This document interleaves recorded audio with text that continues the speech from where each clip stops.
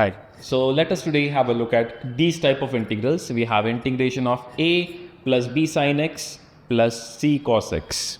Okay, so basically whenever we have sin x or cos x or both in the denominator and the numerator contains 1, we can apply these steps. We need to substitute tan x by 2 is equal to t, sin x is equal to 2t upon 1 plus t square, cos x is equal to 1 minus t square upon 1 plus t square, and dx is equal to 2 dt upon 1 plus t square.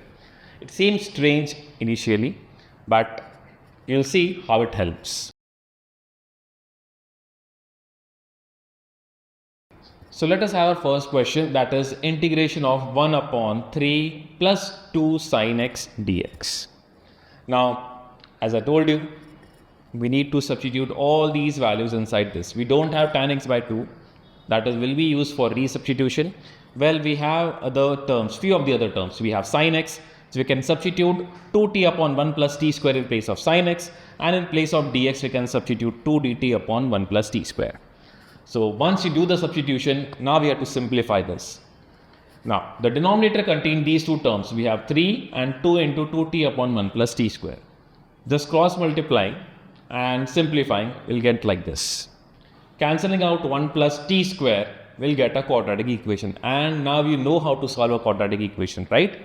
So the coefficient of t square should be 1. So taking 3 common outside.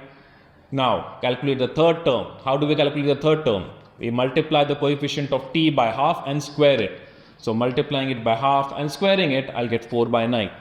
Adding and subtracting 4 by 9, finally I get this type of integral, that is 1 upon x square minus a square. And you know the procedure further to solve the question.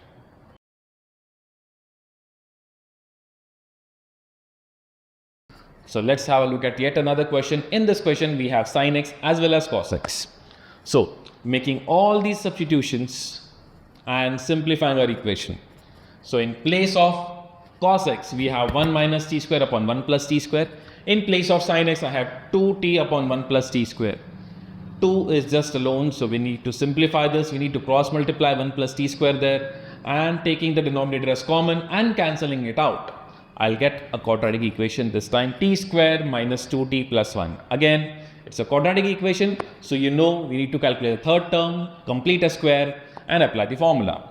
So the third term comes out to be 1, adding and subtracting 1, finally you know the procedure further to solve the question.